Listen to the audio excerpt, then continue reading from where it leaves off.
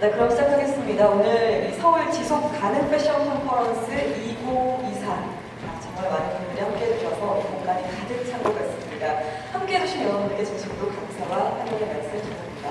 네, 인사드리겠습니다. 여러분 안녕하세요. 저는 오늘 이 컨퍼런스 진행을 맡은 아나운서 김연진입니다. 반갑습니다. 네, 바쁘신 와중에도 이번 컨퍼런스에 이렇게 관심을 갖고 함께해 주신 우리 귀빈분들과 또 관여자분들, 그리고 참관객 여러분 진심으로 감사드리고요. 다시 한번 여러분들을 환영합니다. 서울시와 서울 패션허브, 한국패션산업협회, 한국패션디자이너 연합회가 주최하는 서울 지속가능 패션 컨퍼런스 2023은요. 패스트 패션 시대, 소비자와 패션 산업이 함께하는 미래지향적 지속가능 패션의 실행 전략을 모색하고 여러 가지 방안에 대해서 함께 공유하기 위해서 오늘 이제 깊은 자리가 마련이 됐습니다. 사실 이 지속 가능한이라는 단어는요, 패션 산업뿐만이 아니라 모든 산업군에서 굉장히 중요한 가치로 부상하고 있고 또 많이 적용이 되고 있는 것 같습니다. 많은 분들이 정말 머리를 맞대고 고민을 하고 있는 중인데요. 패션 산업도 예외는 아닌 것 같습니다. 어떤 결과 보고에 따르면요, 글로벌 지속 가능한 패션 시장의 규모가 2023년에 78억 달러, 2030년까지 연평균 20% 이상 계속 증가할 것으로 예측을 했는데요. 그만큼 이 지속 가능한 패션에 대해서 많은 분들이 관심을 갖고 또 고민을 하고 있다는 것을 보여주는 것이 아닐까 싶습니다. 이번 컨퍼런스를 통해서도요, 우리가 투자자 입장에서, 그리고 기업 경영인 관점에서, 그리고 디자인 입장에서 다양한 그런 방향으로 우리가 함께 고민을 하고 여러분들과 함께 고견을 나누는 시간 준비했습니다. 오늘 끝까지 함께 해주시고요. 여러분들 의미 있는 시간으로 채워가시기를 바라겠습니다. 네, 말씀드린 것처럼 오늘 정말 많은 분들이 함께 해주셨습니다. 그래서 참석해주신 우리 귀빈분들을 소개하는 시간 갖도록 하겠습니다. 제가 한 분 한 분 소개를 할 때마다 여러분 따뜻한 박수로 환영해 주시면 고맙겠습니다. 네, 오늘 이 서울 지속가능 패션 컨퍼런스를 빛내주고 계신 분들입니다. 먼저 서울시 최판규 창조산업기획관님께서 참석해 주셨습니다.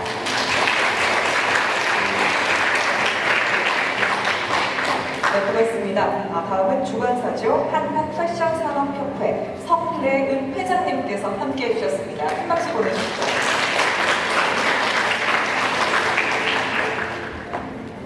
네, 소개 이어가겠습니다. 역시나 주관사와 함께 해주고 계십니다. 한국패션디자이너 연합회 명유석 회장님께서 참석해 주셨습니다.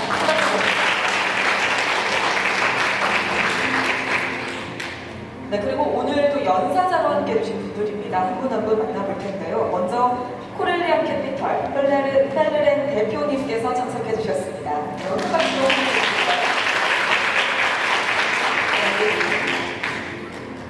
네, 그리고 FS 이노베이션 조잉래 대표님께서 함께 해주셨습니다. 큰 박수 부탁드립니다. 네, 다음은 파츠파츠 임선욱 대표님께서 참석해 주셨습니다. 네, 함께 해주셔서 정말 고맙습니다. 그 외에도 많은 분들이 함께 해주셨는데요. 시간 관계상 귀빈 소개는 여기까지 하도록 하겠습니다. 이번 컨퍼런스 마음을 모아서 이렇게 또 귀한 발걸음 해주신 여기 계신 모든 분들께 진심으로 감사드립니다. 자, 오늘 이 컨퍼런스 개회사로 먼저 열어보도록 하겠습니다. 먼저 성래은 한국패션산업협회 회장님께서 여러분께 개회사를 해주시겠습니다. 회장님 무대로 모시겠습니다. 여러분 힘찬 박수로 맞이해 주십시오.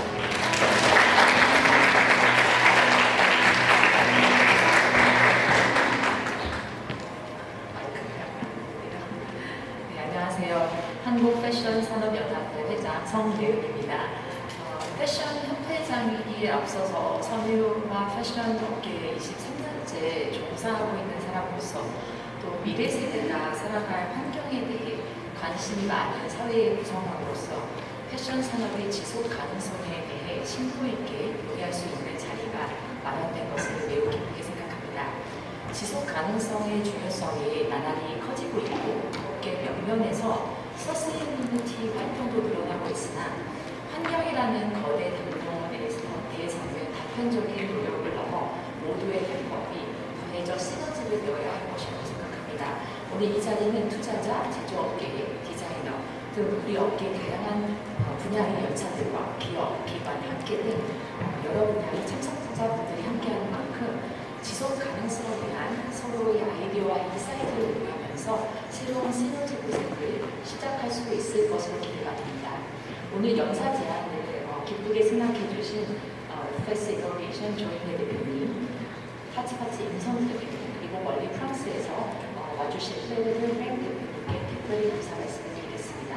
마지막으로 주말인데도 불구하고 서울 지속가능 패션 컨퍼런스 2024에 참여를 해주신 여러분들께 많은 감사를 드리고 또 서울시 경제 발전을 위해 많은 수고를 해주고 계신 서울시 경제실 창조기업 산업기획단 최판규 국장님, 그리고 패션협회와 함께 한국 패션 산업 발전을 위해서 늘 애쓰고 계시는 한국 패션 디자이너 연합회 박유성 부장님께 감사와 환영의 말씀을 드리는 것으로 제 인사말을 마치겠습니다. 감사합니다.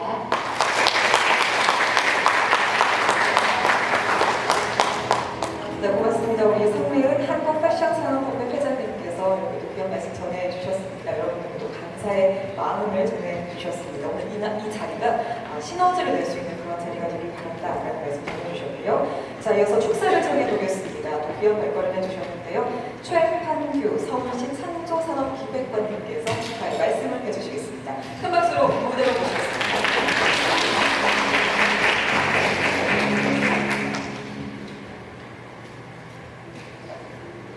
네, 서울시 창조산업기획관 최판규입니다. 먼저 2024 지속가능 컨퍼런스 개최를 진심으로 축하드립니다. 아울러 바쁘신 일정에도 불구하고 강연을 위해서 귀중한 시간을 내어주신 많은 분들과 그다음 행사에 참여해주신 모든 분들께 깊은 감사의 말씀을 드리겠습니다. 최근 글로벌 패션 산업은 지속 가능성에 대한 요구가 높아지면서 환경적 책임과 사회적 책임이 중요한 하드로 떠오르고 있습니다. 유럽을 중심으로 이러한 변화의 물결이 빠르게 확산되고 있어 이제는 우리도 이러한 흐름에 변화의 물결에 같이 적극적으로 대응해야 될 그런 시점에 이르렀습니다. 서울시는 이러한 글로벌 트렌드에 발맞춰 패션 산업이 지속 가능한 방식으로 발전할 수 있도록 다양한 정책적인 지원과 인프라 구축에 힘쓰고 있습니다. 특히 이번 서울 패션 위크에서는 페트병 재생섬유로 만든 컬렉션을 선보이는 패션쇼, 그리고 폐어망을 활용한 섬유를 소개하는 프레젠테이션, 제로 웨이스트 패션을 패션 철학을 보여주는 특별 전시 등을 통해서 지속 가능을 추구하는 다양한 디자이너와 기업을 소개하는 자리를 가졌습니다. 그리고 서울 패션 위크 마지막 날인 오늘 지속 가능한 K 패션 산업의 미래를 위해서 투자자, 경영자, 디자이너 등 여러 전문가들로부터 폭넓은 의견을 들을 수 있는 자리를 마련하게 되었습니다. 오늘 컨퍼런스를 계기로 서울이 지속 가능한 패션의 중심지로 자리매김할 수 있기를 바라고 오늘 논의된 모든 아이디어와 전략이 실질적인 성과로 이어져서 K 패션 산업이 글로벌 무대에서 더욱 빛날 수 있도록 있기를 기대하겠습니다. 다시 한번 오늘 컨퍼런스에 참석하신 모든 분들께 감사드리며 앞으로도 서울시와 함께 지속 가능한 미래를 만들어 나가길 기대하겠습니다. 네, 감사합니다. 고맙습니다. 지속 가능한 산업, 지속 가능한 미래, 그리고 지속 가능한 패션을 위해서 함께 아이디어를 보고 이것이 실질적인 성과로 이어지길 바란다라는 말씀 이렇게 들어보겠습니다. 자, 오늘 이 뜻깊은 자리 저희 오늘 또 귀한 분들 모셨는데요. 그래서 기념 촬영을 함께 하고 저희가 또 한 분 한 분 강연을 초청해 보려고 합니다. 그래서 방금 제가 소개해드린 분들 그리고 또 함께 해주신 귀빈분들 앞으로 모시고 기념 촬영을 먼저 하겠습니다. 자, 일정 스텝은 우리 안내에 따라서 기념 촬영을 먼저 좀 진행을 할게요. 플랫에도 나와 있습니다. 참고해 주시고 식순 확인해 주시면 되겠습니다. 첫 번째 강연을 이제 만나볼 순서입니다. 오늘 말씀드린 것처럼 세 분의 강연 이후에 저희 토크까지 진행이 될 예정이니까요. 끝까지 함께 해주시면 감사하겠습니다. 첫 번째 강연입니다. Investor's Perspective on Sustainable Fashion을 주제로 멀리서 와주셨죠. 플레리아 캐피탈 플레렌 대표님께서 발표를 해주시겠습니다. 자, 우리 대표님께서는요, 2012년 프랑스 중소기업 혁신 디지털 경제 특임 장관, 그리고 2014년 프랑스 통상관광 재외교비 담당 국무장관, 문화 커뮤니케이션부 장관을 역임하셨습니다. 오늘 또 귀한 발표를 해주셨는데요. 어떤 내용으로 우리에게 좀 인사이트가 되는 내용을 전해주실지 기대를 해보면서 이 플레레 펠렉 대표님 강연 부탁드리겠습니다. 큰 박수로 무대로 모시겠습니다.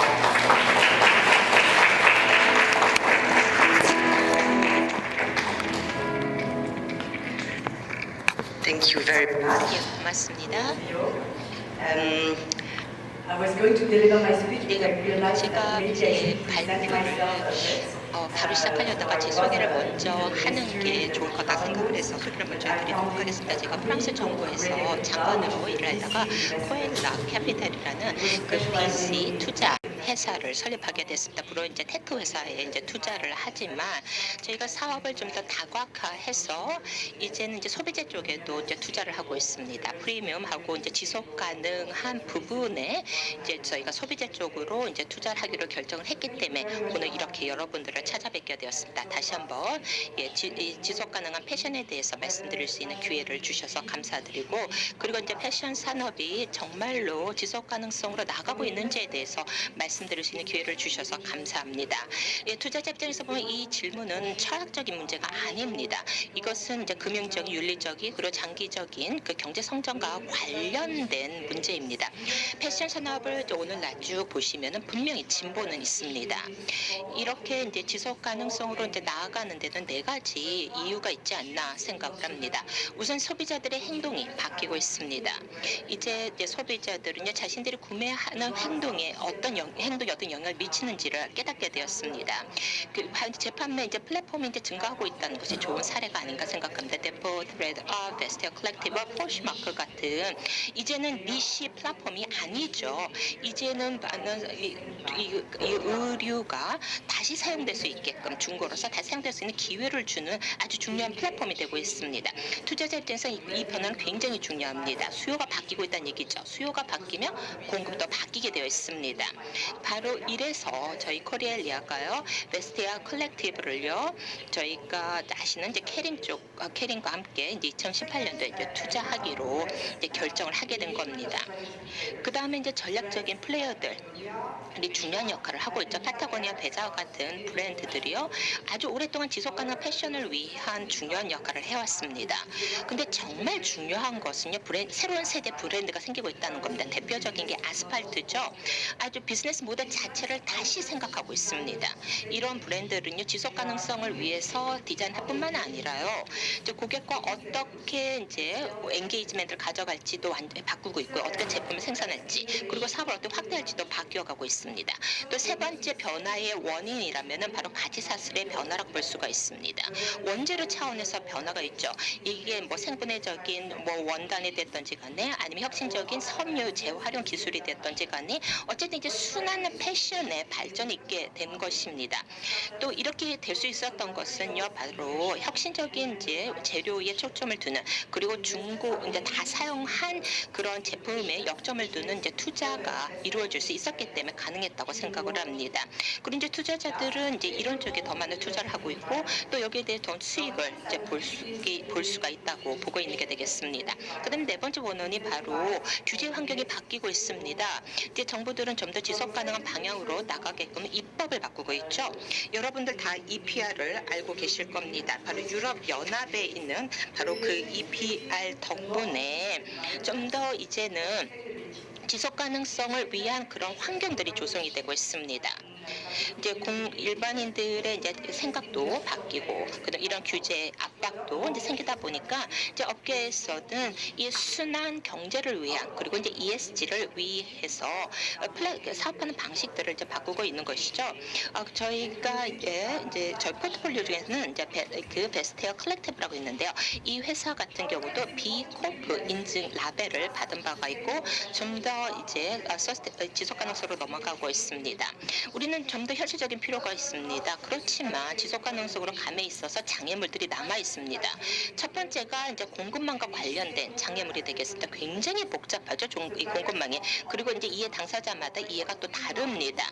그리고 공급자 업자들은 같은 경우는 마진이 높지 않기 때문에 사실 그 지속 가능성으로 이제 가기 위해서 바뀌기가 어렵습니다. 따라서 큰 브랜드들의 도움이 필요한 거죠. 그렇지만 이제 브랜드는 굉장히 신중해가지고요. 소비자들이 요구할 때만 브랜드들도 이제 지속 가능성으로 이제 가고자 하는 겁니다. 그리고 또 이제 두 번째 이제 소비자들도 추가적인 비용을 내매 있어서 그렇게 반가워하지 않는다는 겁니다. 이제 지속 가능한 제품에 대해서 이제 소비자들이 아직까지는 지불할 준비가 안 돼 있는 경우가 있죠. 이게 이제 문제입니다. 그래서 저희 투자자 입장에서 봤을 때는 이것은 이제 공급적인 문제가 아니라 이제 수요와 관련된 문제로도 보고 있는 겁니다. 그 다음에 혁신을 위해서는 이제 펀딩이 충분하지가 않습니다. 비용을 낮추기 위해서는 더 많은 투자가 이루어져야 되겠죠.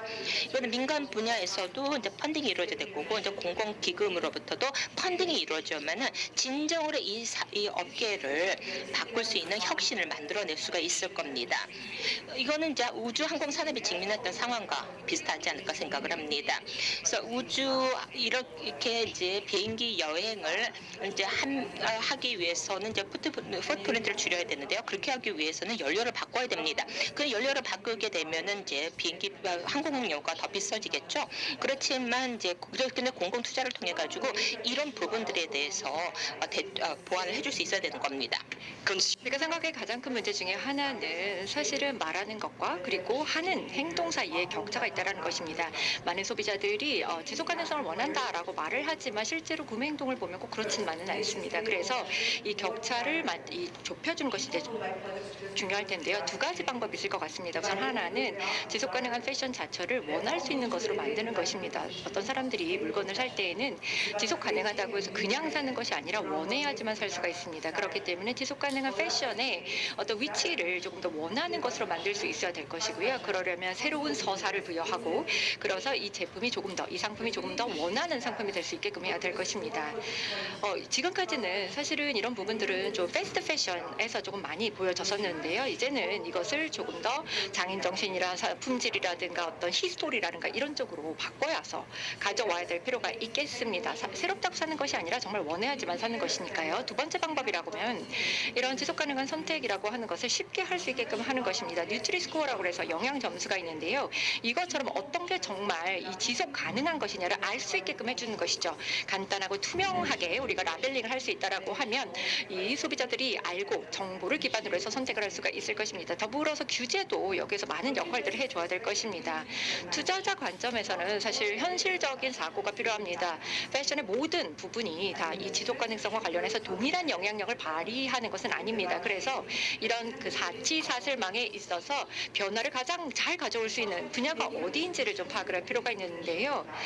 이제 보면 대부분의 경우에는 좀 안타깝지만 자본 집약적인 그리고 또 이 개발을 하는데 시간이 많이 걸리는 부분들이 아무래도 영향력을 많이 발휘할 수가 있습니다. 그런데 아무래도 이제 자본을 투자하는 사람들은 빠르게 투자 회수를 원하는 그런 상황이 있기 때문에 이 과정에서 기업 그리고 정부 그리고 자선 사업을 하는 사람들 이런 여러 다양한 펀딩 소스를 활용을 해야 될 것이고요. 이거는 제약이나 바이오테크 분야나 차이가 없는 것 같습니다. 이렇게 어떻게 공동의 투자를 할 수 있는 그런 가능성들을 제시를 해야 되는 것이죠. 이미 이러한 역할들을 이런 예시들을 인디덱스라든가 또는 H&M 같은 것들을 볼 수가 있겠고요. 그래서 이렇게 함으로써 지속 가능성을 협력을 통해서 좀 강화를 해갈 필요가 있겠고요.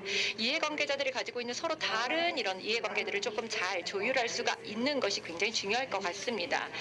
재미있는 사례라고 본다면 K 브랜드 펀드라고 할 수가 있는데요. 이것은 팀이 보상을 받는데 이때 그 보상의 기준이 포트폴리오 컴퍼니들 사이에서 이 지속 가능한 목표를 달성을 하는 것에 따라서 제공을 하고 있습니다. 인센티브는 굉장히 중요합니다.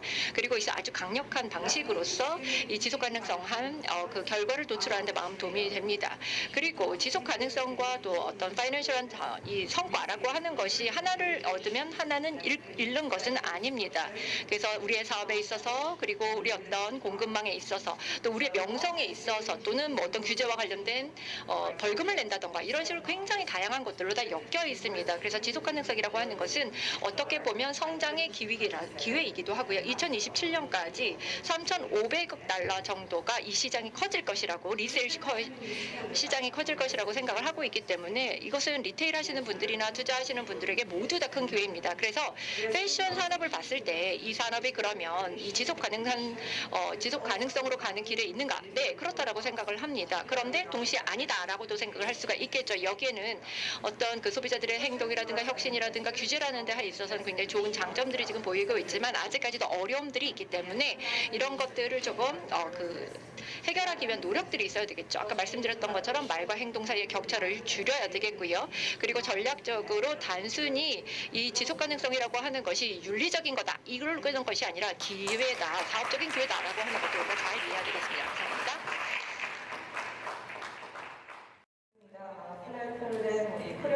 코렐리아 캐피털 대표님께서 투자자 관점에서 지속하는 패션에 대한 이야기 여러분께 말씀을 해주셨습니다.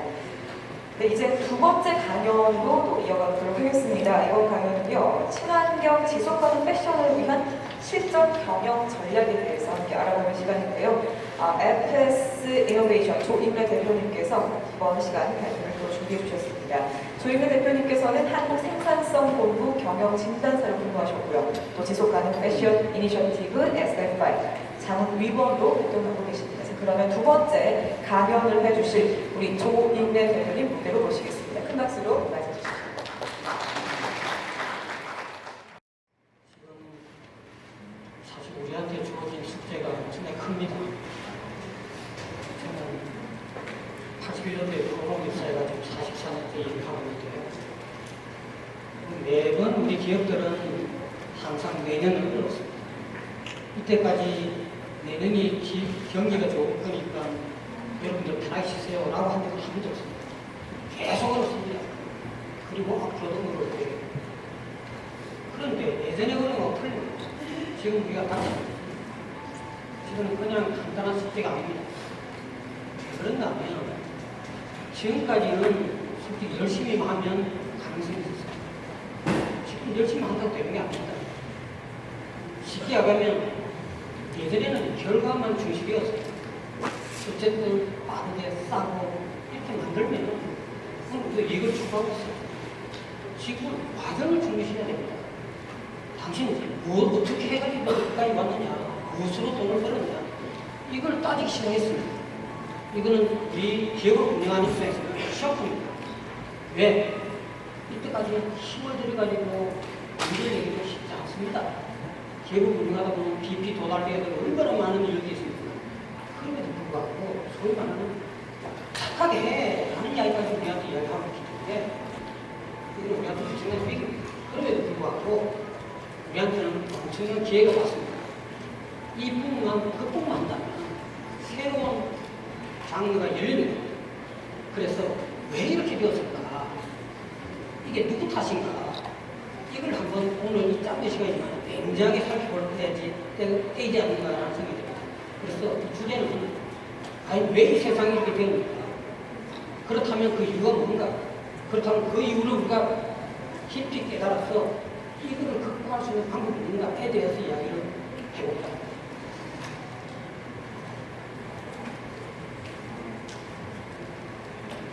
어쨌든 시작은 2015년입니다. 그 전부터 이야기했었습니다만 어쨌든 세계적인 유엔 총회에서 지금까지 해왔던 당신네들 방식으로는 이 지구가 몸살을 앓을 거야. 환경부터 노동 문제부터 제발 좀 경영하는 사람들이 제정신 차리고 좀 착하게 기업 운영하세요 라는 이야기입니다. 그래서 17개의 메시지가 됩니다. 이게 뭐 그때 당시로는 별거 아니라고 생각했죠. 점점 더 심각합니다. 이 부분이 경제 포럼에서 나온 이야기입니다. 여기 보면 발생 가능성 30일. 이것도 올해 이야기입니다. 2018년입니다. 그리고 또 보십시오. 영향 심각성 10개. 지금 당장 우리가 겪고 있는 것들입니다. 지금 벌써 6년이 지났는데도 소홀히 했거든요. 이제 감내쓸 수가 없다는 이야기입니다. 자, 그러면 지금까지 우리가 했던 거는 단기 가치 추구입니다. 당장 지금도 그렇습니까? 올해 영락까지 버텨야만 내년에 가지 않습니까? 그런데 이제는 그것만 가지고는 살 수가 없습니다. 장기 가치를 훼손시키기 때문에 개념 자체를 바꾸라는 이야기입니다. 로드맵을 만들 때부터 앞에 여사님이 이야기하셨지만은 시작부터가 액포적인 사고를 가져야 된다는 뜻입니다. 대충 열심히 하다 보니까 돈 벌었다 이게 안 된다는 이야기죠. 그래서 이때까지는 단기 이익을 걱정하다 보니까 선행이 없습니다. 자원이 어디든 싸게 가지고 와가지고 중간 과정을 생각하지 않습니다. 그리고 뭐 완전 폐기해버리지. 이 공유 경제에 대한, 공유 가치에 대한 의미가 없는 거죠. 우리 회사만 사는 되지. 그런 쪽이었습니다. 그러다 보니까 비용을 최소화하다 보니까 인건비 적게 드려야 돼서 여기서 문제가 발생되죠. 안전, 그 다음 이야기. 다 빚을 챙기려고 무슨 안전이요? 왜 안전 대책 없었죠? 환경, 남의 일도 눈 딱 감고 버려야 되니까. 이게 모든 게 무로 비용으로 인식했기 때문에. 근데 눈 깜짝하고 버리면 내가 이익이 나는데 이게 있어요. 그러다 보니까 온실가스 배출되죠. 오염 생기죠. 생태가 파괴되죠. 안전위생 문제 저임금 보이고 이게 우리가 하고 있는 행위가 누가 이야기하지 않더라도 당연히 이렇게 갈 수밖에 없는 행동을 우리가 해왔다는 겁니다.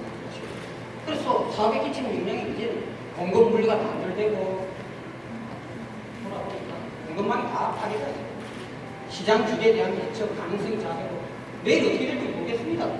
생산성이 저하되고 소비시장 점유도 위축되고 이런 것들이 우리가 지금 겪고 있는 우리의 것입니다. 기본적으로 거기다가 더 한 가지 이야기를 싶은데 저는 80대 고령사에 살 때 행복한 때였어요. 우리나라뿐만 아니라 전 세계가. 왜 계속 팽창 시대였어요. 짧은 1750년부터 거의 한 250년 동안 이 지구가 엄청난 속도로 경제가 발전되어 왔습니다. 우리 한 6,700배 정도의 GNP가 팽창했어요. 그래서 나도 모르게 계속 팽창하라고 생각했거든요. 왜 계속 공급하면 수요는 되겠지. 천만의 말씀. 지금은 수축 사회로 들어왔어요. 전체적으로 쭈그러들고 있는 겁니다. 그러니까 우리가 지금까지 해왔던 사업의 쾌감이 바뀌지 않으면 이걸 해결 못합니다. 의뢰 이때까지 왜 그러냐면 제가 건설진 가보면요. 전문가들 야 예전에 이런 걸 했을 때는 이런 효과 나는데 참 내가 옛날 방식으로 생각하고 있는데 뭐 왕년에 내가 좀 했는데 이런 이야기를 하면 할수록 점점 그 회사는 망가지기 시작하는 거예요. 무슨 이야기냐면 예전의 방식은 전혀 맞지 않는다는 거예요. 기본적으로. 오히려 지금 20, 30대가 더 유리할 수 있어요. 40대, 60대, 특히 60, 70대는 화려했던 옛날에 그 자기가 했던 그 방식이 아직까지도 유효한 줄 알고 계속 계속되고 있습니다. 한번 할수록 나락에 떨어집니다. 이 이유가 뭐냐? 수축사회예요. 팽창사회 기득권이 해체되었습니다. 저성장 구도가 일반화되었어요. 그러니까 성장을 하지 않는다는 전제 조건 하에 설계를 해야 돼요. 사업 자체를. 예전에는 무조건 시장이 있다고 생각했죠. 이 개념을 바꾸지 않으면 이걸 거꾸로 못합니다. 그래서 기초동력은 환경안전위기에 대한 인구 감소하죠. 다 기술은 얼마나 발전합니다. 우리가 오늘에 비해서 100년 전의 여성을 비하면 얼마나 오늘날 편합니까? 모든 세탁기부터 뭐 인공, 신경이 전부 다 모든 해결 다 해준다.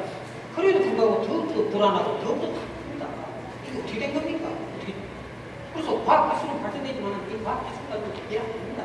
그 자체가. 이런 발전들이 오히려 더 수축사회로 만들어집니다. 그래서 공급이 가능되고 부채 경제, 신자유주의 세계화 이게 제로성입니다. 사회성은 상실되고 이주의에 수축사회 기본은 갈등, 그다음에 저성장, 저투자, 저저저저예요. 한 가지 보시오.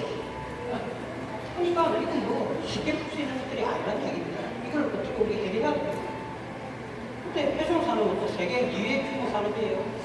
3천조 시장에 달합니다. 지금 사업을 위해서 2위 시장이에요. 그러니까 크다 보니까 마구잡이로 딱 덤빈 거예요. 진입장벽이 낮기 때문에 아무나 할 수 있는 거 생각했어요.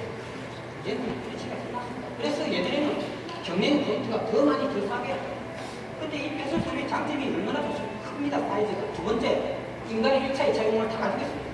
의식주기 때문에 기본이지만 또 패션이라는 자체가 뭡니까? 가치 산업이잖아요. 이게 아주 멋있는 상품입니다. 이걸 어떻게 잘 다루냐고 해서 단지 조금이라도 긍정적으로 볼 수 있는 것은 80년대에 우리가 앞에 계시지만은 우리가 패션락 사람들입니다. 지금 K컬처가 무시 못할 정도의 속도로 K패션까지는 아니지만 K푸드나 패션이 지금 나름대로 힘을 내야 돼. K패션이라고 그럴 가능성이 생겼어요. 그만큼 같이 사기 때문에 한국 위상수가 올랐다는 자체는 그래도 긍정적으로 조금이나마 위안을 삼을 수 있는 자리가 아닌가 싶어요. 그런데 굉장히 보면 앞에 잠깐 리사이클 이야기 나왔지만은 자칫하면 그림하시면 됩니다. 페페트병 그래도 일본 물론 하지만 한번 페페트병이 옷으로 만들어진다. 꼭 땅에 묻으면 어디로 갑니까? 잘못되면 그림하시겠죠. 그래서 단기병의 문제점이 있습니다. 단기병은 한게 장기적으로 가야 되고요. 이걸 공급망을 본다면 52%가 염색에서 나오면 이 부분을 해결해야 됩니다. 어쨌든. 그래서 이런 부분을 좀 차분하게 단편적으로 막 해결할 게 아니라 조금 호흡을 견디해서 장기적인 관점에서 어떻게 갈 건가를 차분하게 해나가야 될 때가 아닌가 이런 겁니다. 우리의 마음을 바꾸게 하는 게 이유는 기본적으로 얼마나 많은 것을 바꾸게 하고 또 찍고 있습니다. 운전을 수밖에 있습니다. 지속 가능한 순환선이 전략, 배터리, 유전, 폐기물, 에코리가 좀 칼라를 좀 진하게 한 게 세 가지. 지속 가능한 순환선이 에코 디자인, 그 다음에 소재 민영화. 이 세 개는 직접적으로 해도 와닿는 겁니다. 짧게는 빠르게는 27년 이후로 우리한테 엄청난 스트레스를 주는 이유죠. 근데 이게 인지 때문이 아니고 이게 뭐 올바른 일이기 때문에 그렇게 합니다. 기득권 쌓아낼 수도 있겠지만 이게 지구 살리는 것 중에 하나라고 볼 수 있는 건데 기본적으로 선도 순환 전략을 했습니다. 친환경 디자인입니다. 이거는 우리가 예주시에서 연구를 해야 되는 에코 디자인, 에코 프렌드 잘하면 K 패션의 중요한 팩터가 될 수 있습니다. 이 내용을 잘 이용한다면 중국이 우리하고 차별해야 되는 이유가 그게 하지만 중국이라면 환경에 대해서는 아직 문제가 있는 나라지만 우리는 그래도 긍정적인 이미지 가지고 있는 나라이기 때문에 에코 디자인이라는 걸 잘 활용한다면 상당히 부분의 케이스가 문제가 되지 않습니다. 오늘 또 이야기하고자 하는 내용이 디지털 제품 이것도 우리가 당장 준비해야 되는 겁니다. DPP 자체는 27년도부터 유럽에 실시해야 되니까 우리도 이걸 소비해서 안 되고 그린워싱 통제 판매되지 않는 만큼 당장 우리 필요는 생산자 책임지 알고 쉽게 만들지 말고 끝까지 책임지라는 거예요. 합성선에서 구축되는 이것도 참 아이러니합니다. 그저 신문에 봤죠. 종이 플라스틱 대체도 종이겠지만 그게 더 탄소는 이렇게 자꾸 물어놓으면 안 된다. 급하게 쓰는 게 아니라 차분하게 정책으로 접근해야 되는 게 바로 이런 내용입니다.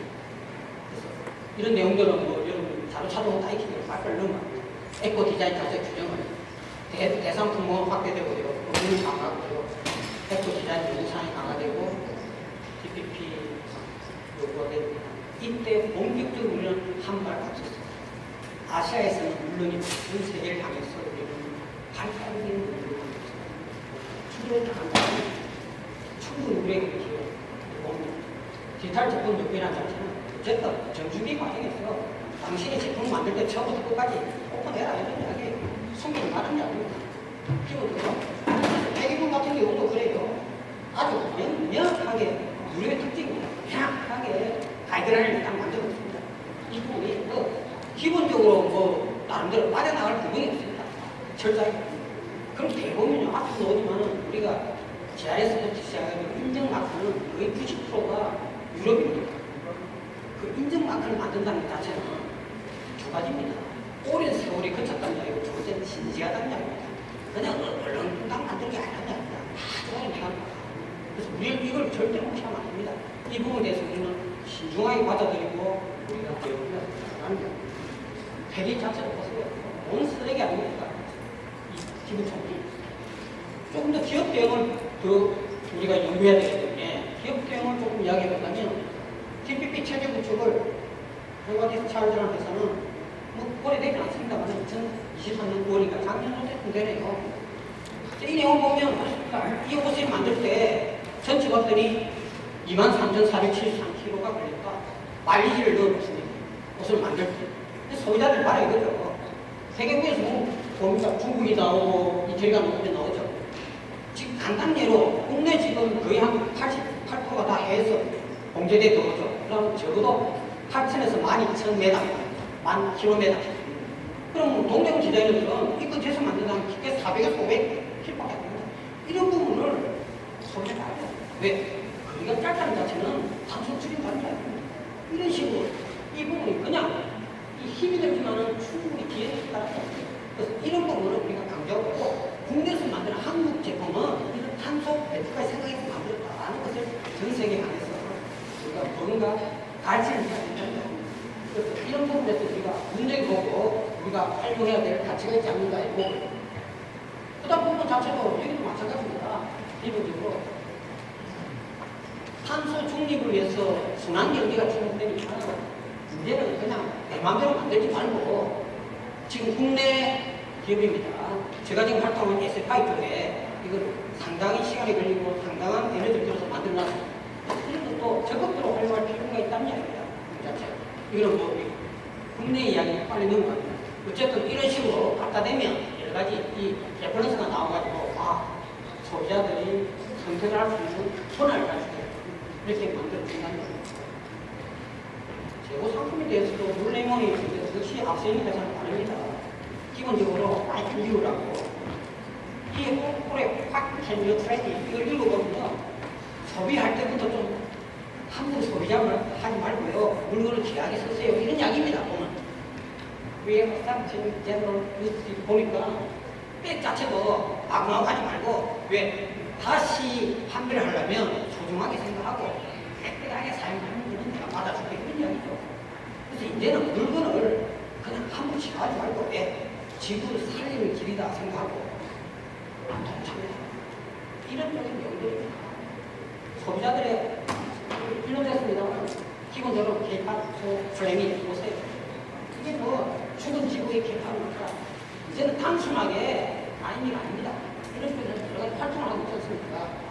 그리고 소비자 기후 행동에 여러 가지 기후 행동 보상제도가 지금 서서히 NGO들은 본격적으로 NGO 활동이 늘어나기 시작했습니다. 자, 이제는 지금부터 이제 이런 우리가 어려움에 이때까지 해왔던 방식이 아닌 사고 자체로 완전히 바뀌어야 되는데 어떻게 해야 되나 하고 싶죠. 그래서 그냥 냉정하게 아주 심플하게 이야기해봅니다. 물론 복잡합니다만 가장 심플한 게 오히려 더 경쟁력이 있기 때문에 딱 세 단계. 제일 중요한 건 비전 단계입니다. 의지를 가져야 됩니다. 나는 이제 에코적인 사고하자 라는 비전이 있습니다. 야, 돈을 벌겠다 그게 아니에요. 에코적이다 보면 돈은 벌립니다. 그래서 비전 단계부터 의지가 공개해야 되고 여기서 더 중요한 것은 오늘의 사고입니다. 아무리 밑에서 대표님 이거 합시다. 야, 그 비용 드는데 제가 최고 비싸겠죠. 오늘가 의지가 이렇게 내가 간접적인 통계를 해봤더니요. 오늘 의지가 매력한 말씀으로 그래서 이 부분은 의지 도움이 돼야 되고 냉정하게 현황을 봐야 돼요. 벌써 뭐 예스이랑 파이트야 머리 아프대. 야 이거 뭐 당신 시키대로 다 하면 뭐 회사 끝들어가겠다 이래요. 그래서 현황을 진단해요. 무조건 하는 게 아니라 냉정하게 우리 회사가 지금 이런 수준이 많습니다. 그렇다면 한 단계씩 한 단계씩 끊임없이 노력할 수 있는 이런 현황 진단인데 이 진단을 가지고 전략을 수립하고 그때까지 전략하고 전혀 다른 전략입니다. 앞에 제가 모두 이야기했지만 모든 좋은 전략을 다 써봐도 지금 효과가 나지 않습니다. 완전히 새로운 때를 전략을 수립하고 로드맵을 짜서 실행을 하고 그러면서 끝나는 게 아니라 오늘 주제가 서스테이너블 지속 가능이다. 한 번도 끝나는 게 아닙니다. 그래서 지속 가능 단계가 또다시 중요하다. 그래서 선거 접근을 하면서 API 선거 관리를 하면서 어떻게 하면 소비자한테 알립니까? 예전에 소비자를 알리는 것은 싸게 만드는 게 알리는 거죠. 그게 아닙니다. 이제는 선거 관리 보고서를 받거나 이런 식으로 끊임없이 소비자하고 접촉 관리를 그렇게 해야만 소비자를 더 착하게 해줍니다.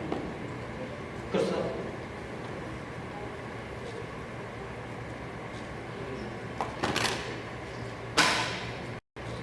제가 이 밑에 바닥에 있는 세 가지가 중요합니다. 컨센서스,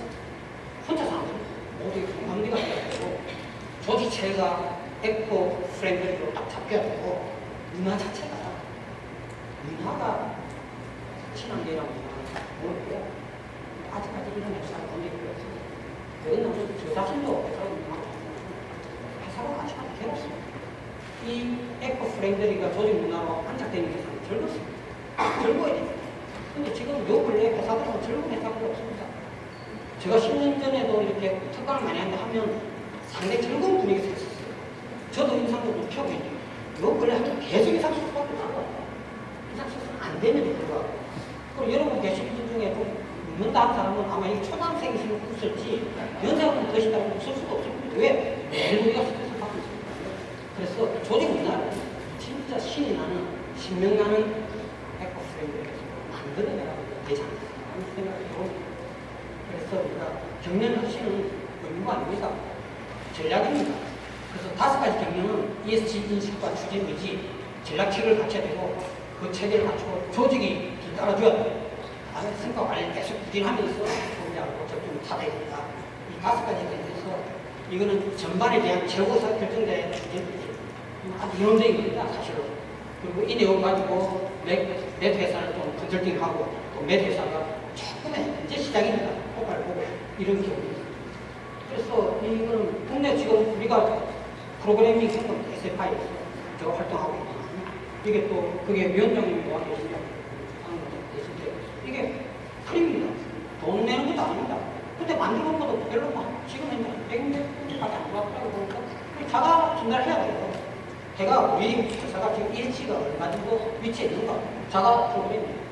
이거는 뭐 제가 해외를 활동 안 해서 그렇지만 대충 논문을 뒤져봤더니 해외에서 섬유 패션만을 사회에서 내치는 사람이 없습니다. 그나마 우리는 지금 이제 뭐 완벽하게 할 수 없습니다.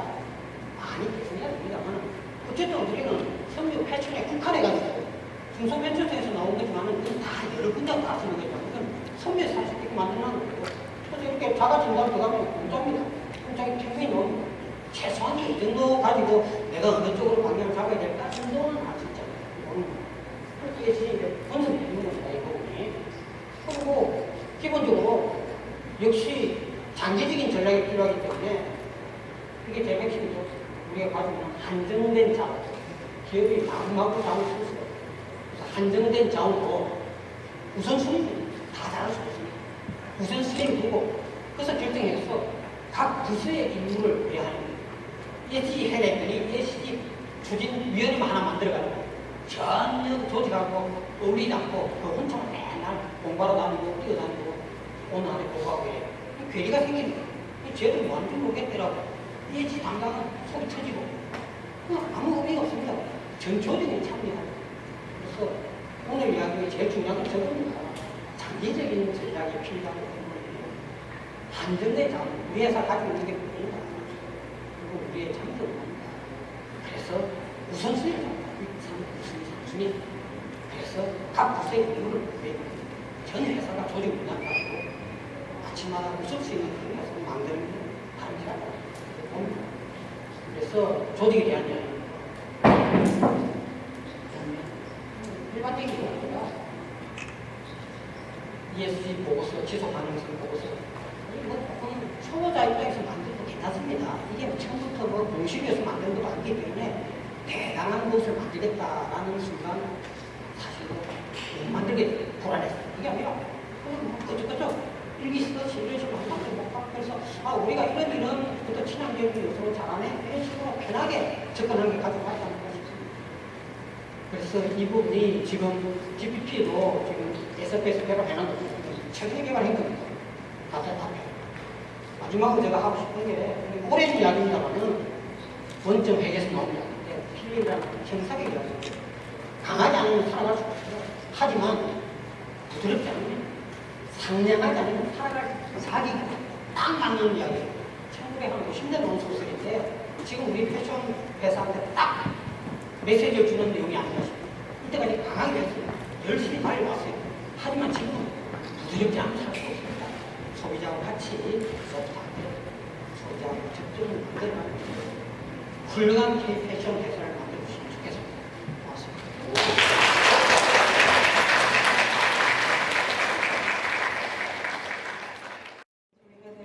분께서 아주 열정적으로 강연을 해주셨습니다. 훌륭한 K-패션을 만들어가는 데 애써 달라가는 마지막 문구도 연결이 되고 되었습니다. 사실 이 지속 가능한 패션, 이러한 산업군은 우리가 말씀 주신 것처럼 장기적으로 봐야 한다는 생각, 장기적인 노력이 필요하겠구나라는 것은 다들 아마 공감을 하실 거라고 생각합니다. 네, 강연 잘 들었고요. 자, 이제 세 번째도 강연을 진행해보도록 하겠습니다. 이제 마지막 강연이 될 텐데요. 참고로 강연 이후에 저희 대담 있다는 거 다시 한 번 더 안내를 드립니다. 자, 이번 순서는요, Fashion and Sustainability를 주제로 우리 파츠파츠 임선호 대표님께서 강연을 해주시겠습니다. 우리 임선호 대표님께서는 1998년 서울 컬렉션을 시작으로 파츠파츠의 크리에이티브 디렉터이자 대표님으로 활동하고 계십니다. 큰 박수로 무대로 모시겠습니다. 안녕하세요. 패션 디자이너이자 스스로 디자인 운영자라고 하는 임선호입니다. 왜 이렇게 말씀드리냐면 앞에 두 연사님들 에코프렌들리 말씀해 주셨는데 그 에코프렌들리를 실행하는 디자이너 그리고 기업이 있다. 너무 염려하지 마시라. 이렇게 안심의 말씀을 좀 드리면서 시작해보겠습니다. 지속 가능한 패션이 가능한가라고 질문을 많이 하십니다. 잘 아시는 것처럼 패션은 흐름이 빠르고 늘 패션쇼를 하고 그런 부침이 심한 기업인데 어떻게 너희가 지속 가능하다고 해? 라는 그런 질문 앞에 저는 인간의 욕망은 물론 끝이 없지만 패션은 영원할 것이고 소비자가 요구하고 시대가 요구하면 모든 것이 바뀐다는 의미로 답변을 드립니다. 얼마 전까지도 SNS에서는 발렌시아가의 빅사이즈 자켓이 공식적인 트렌드였고 여전히 빅사이즈 제이제저지 패션쇼 런웨이를 돕는 경우도 있습니다. 누가 브랜드의 크리에이티브 디렉터가 될까? 보그나 바자, 패션 매거진이 앞다도 예측도 하는 중에 과연 미래의 지속 가능한 패션을 하고 물음표를 던지는 것이 너무 당연하다고 생각을 합니다. 여전히 패션 디자이너는 트렌드를 만들고 트렌드의 중심에 서 있기를 원하고 있습니다. 한편 생각이 정말 복잡해지는 대목인데요. 지금의 트렌드는 대중이 만들고 AI가 디자인을 하고 가상 AI 모델이 런웨이를 받습니다. 물고 도는 유행을 각오하여 재해석이라는 단어로 포장한 구찌의 최근 패션쇼를 보면서 패션 매거진은 열광했지만 이런 빈티지의 재가공 패션은 이제 AI에 물려줘야 할 것 같습니다. 우리가 알아채야 하는 것은 패션 산업은 이미 변화를 시작했고 인간 디자이너의 할 일이 AI 디자이너와는 적어도 달라야 하고 그것이 무엇인지 묻는 것이라고 생각해야 한다는 것입니다. 어떻게 변화해야 할지 모른다면 지금 열광하고 있는 것들의 과거를 들여다보면 혹시 힌트가 있을지 모르겠습니다.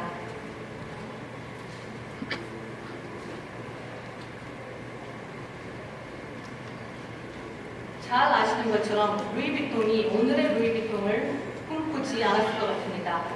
글로벌 명품 빌리를 다투는 에르메스 루이비통은 줄 서서 기다려야만 구매할 수 있는 되기까지 무려 200여 년에 걸쳐 성장 발전시켜 왔는데 그 시작은요, 잘 아시는 것처럼 마구를 제작을 했거나 나폴레옹 외제니 황족 짐을 싸는 패커 루이비통의 이야기로부터 시작이 되었고 초기 이들의 성장 역사는 디자인이란 기능에서 나온다라는 디자인 발전 사업 관점에서 매우 유효한 전략이었습니다. 지금의 기후 위기는 영국의 굳은 날씨 정도와 비교가 안 된다 해도 개거진 방수천을 개발한 버버리는 당시로서는 획기적인 일이었고 누구나 한 벌쯤 가지고 싶은 트렌치 코트의 대명사가 되었습니다. 이 모든 것은 그때 시대의 문제를 해결함으로써 극심한 변화 속에서도 지속 가능한 생명력을 가지게 된 것이죠. 기후변화, 환경문제, 위기와 무역 장벽이라고 어려워하시는 것 같습니다. 저는 그렇게 생각하지 않고요. 만약에 허들로 생각했었다면 이렇게 생각을 좀 바꿔봅시다. 드디어 인간 디자인을 할 일이 좀 생겼구나. 우리의 역사는 결과적으로 문제를 잘 풀어왔기에 존재했다고 믿기 때문입니다.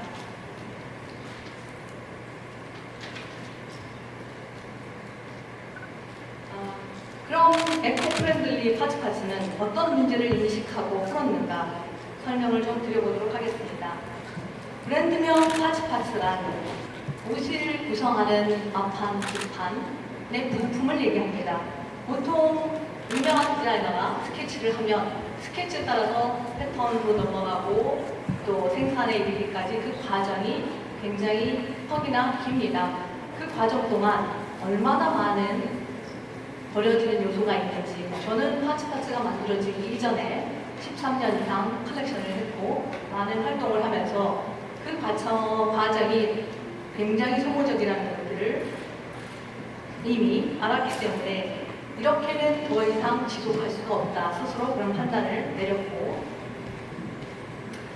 그래서 그 앞판, 뒷판, 소매 커프스를 어떻게 하냐고요. 이거를 기계적으로 부품화하고 트렌드와 기후 변화에 능동적으로 조립하고 해체한다. 이 개념이 브랜드명 파츠가 된 것입니다.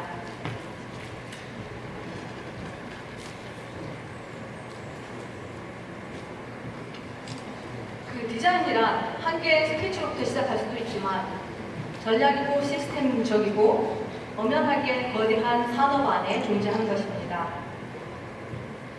이 전략을 구현하기 위해서는 세 가지의 핵심 요소가 필요한데요. 그 첫 번째는 복종에 따라 다르게 선택하던 패브릭, 매 시즌 그리고 트렌드를 반영해서 패브릭이 복종마다 다르게 선택되는 것이 지금의 모든 패션 업계의 관례입니다. 그런 시간을 보내고 패브릭을 하나로 통일하면 어떨까? 그래서 저희는 13년 이전에 파츠가 생기면서 바로 네오프렌이라는 소재를 선택했고, 네, 이 소재인데요. 그 하나의 물성을 완전히 탐구하고 이해하면 사계절 다 쓰임이 있을 것이다 라는 전제를 했습니다. 두 번째는 디자인이란 이렇게 시즌과 트렌드, 기후 변화는 언제나 있기 마련이고 디자인에서 절대 시대에 조화하지 못하는 디자인은 퇴출당하죠. 그런 조립과 해체가 용이하다면 가능하지 않겠는가. 그래서 한 개의 소재가 부차적인 안감 등의 일체의 부자재를 없애고 오로지 열 가공에 의한 접착과 탈착의 시임리스 제작 방법을 택하기로 했습니다. 세 번째는 가장 중요한 디자인적 요소인데요. 앞서 말씀한 바와 같이 파츠가 되는 부품을 사전에 재단을 하고 디자이너들은 그 시즌에 맞춰 이렇게 구성을 하면 되지 않겠는가.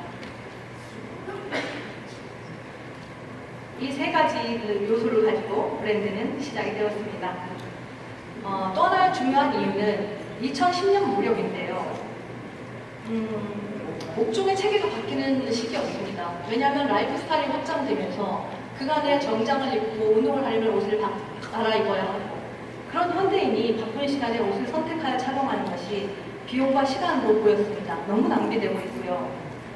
저는 날마다 아침 밥상에 두부나 계란, 우유처럼 쉬운 선택으로 나를 표현하는 유니폼이면 좋겠다. 제가 입고 있는 옷도 일주일째 계속 똑같은 옷을 입고 13년간 똑같은 블랙만 입고 있습니다. 바로 저 네오프렌 소재이고요. 이 스토리를 만든 것은 단순 무지한 열망이 아니고 이미 저에게는 그런 경험과 디자인으로 미래를 지속하게 만들 수 있는 가능성을 충분히 엿보았기 때문에 2011년 당시 서스테너블이라는 단어가 그렇게 흔한 것은 아니었지만 합리적이고 미래지향적인 선택이었다고 생각하고, 배경은 여러 가지가 있었습니다만 시간 관계상 디테일한 얘기는 생략하겠습니다.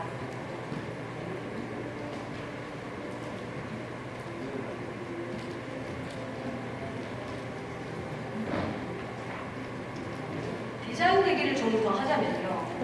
인체를 구성하는 옷의 형태는 그리스 시대에는 얼굴에 동그라미 하나만 있으면, 홀 하나만 있으면 얼굴처럼 옷을 입을 수 있었고, 그래서 현대사회도 마찬가지로 인체의 자유로운 활동을 위해서는 얼굴이 나오는 구멍, 그리고 팔, 다리 그런 4개의 홀만 있으면 잘 뚫려 있으면 옷이 된다.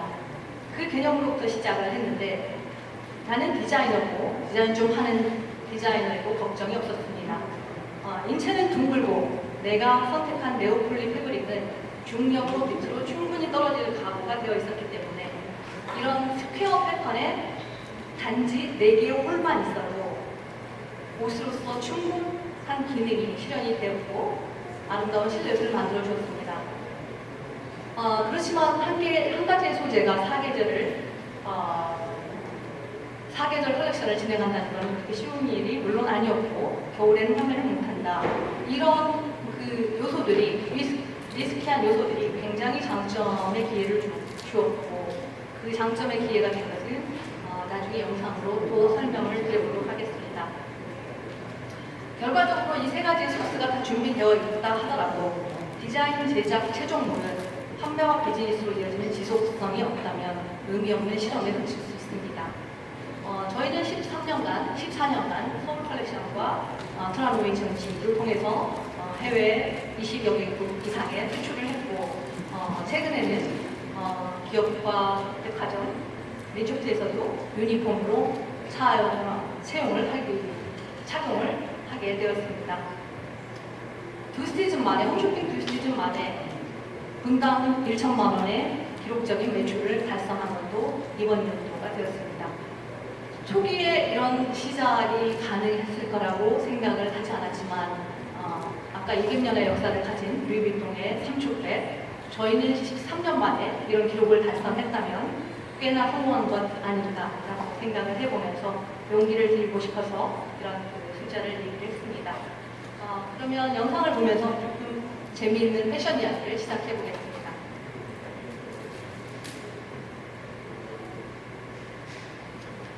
접착 방식이라는 것은 일반적으로 저임금 노동력을 공제를 하는 그런 시스템하고는 전혀 다른 방식입니다. 그런데 왜 이런 방식을 택했냐 하면 신진 디자이너일 때 트라노이 가서 전시를 하는데 옷이 너무 안 이뻐 보이는 겁니다. 그게 뭐냐 이태리의 고급 바느질과 비교할 수 없게 형편없어 보이는 것이라서 디자인만 가지고는 안 된다. 코스트는 물론이고 완전히 새로운 방식으로 차별화하지 않으면 안 될 것이다. 그리고 한국에는 더 이상 그 양질의 좋은 그 노동력을 가지기가 어려운 시절에 들어왔습니다. 그렇다면 우리가 다른 방식으로 얼마든지 접근해 볼 수 있지 않을까 해서 글루로 옷을 붙이기 시작했습니다.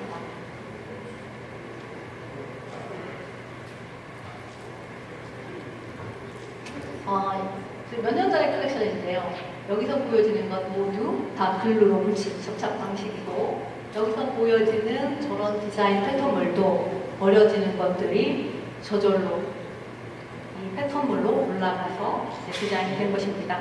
디자인 띵킹 중에서는 디자인 하지 말자라는 얘기인 거고 지금 챗 GPT 시대에 이제 말로 내가 스퀘어 어깨를 38로 만들어줘 43인치의 기장을 만들어줘 이렇게 명령어를 내리면 나오는 시대에 살고 있는데 내가 왜 디자인을 해야 하는지 그런 루틴을 당연하다고 생각하고 받아들이는 것 이제 그만해도 될 것 같습니다. 마찬가지로 컬렉션에서 보여지는 모습인데 앞에 있는 장식은 재단을 하고 남은 스와치로 그대로 센터에 올린 것입니다. 물론 벨트도 마찬가지고요. 이것은 또 어떻습니까? 왼쪽에 삐죽 나온 지느러미 같이 생긴 그 왼쪽에는 아마도 팬츠가 재단이 되었었을 겁니다. 그 재단을 보통은 하고 나머지는 버려지기도 하고 그렇지만 안 버리고 그것이 또 하나의 예술을 만드는 것은 나의 디자인이 아니라 패브릭이 만들어준 디자인이라고 해야 되겠죠. 제로 웨이스트가 어떻게 가능한가? 이 자켓에서 보여지는 것처럼 60인치 원단 폭의 전체 디자인이 다 들어가 있습니다. 한 개도 버리지 않았고요. 그러면 이렇게 복잡한 것 우리는 싫어합니다. 그럼 다 띄고 아주 심플하게 카디건처럼 입을 수도 있다. 앞서 영상에서 보여드린 것처럼 선택으로 조립과 해체는 착용자의 몫이다라는 얘기가 됩니다. 접착 실험. 흔히 그 속옷에서 심리스를 많이 보실 수 있고, 아웃도어에서는 많이 보실 수 있습니다. 전체 여성복 전체 과정을 오로지 심리스로 작업하는 브랜드는 전 세계적으로 저희가 유일합니다. 심리스 작업은 평판 기계에 들어가야 되었기 때문에 그 실험이 필요했는데요. 처음 런칭할 때 백화점 바이어들은 다 외면을 했죠. 이게 팔리기나 할까? 그리고 소재가 하나인데 내년에는 누가 사 입겠어요? 그리고 접착이니까 참 이상하다. 이렇게 얘기를 했지만 미술관들이 반응을 해줬습니다. 이것은 흥국이 가득한 집의 25주년에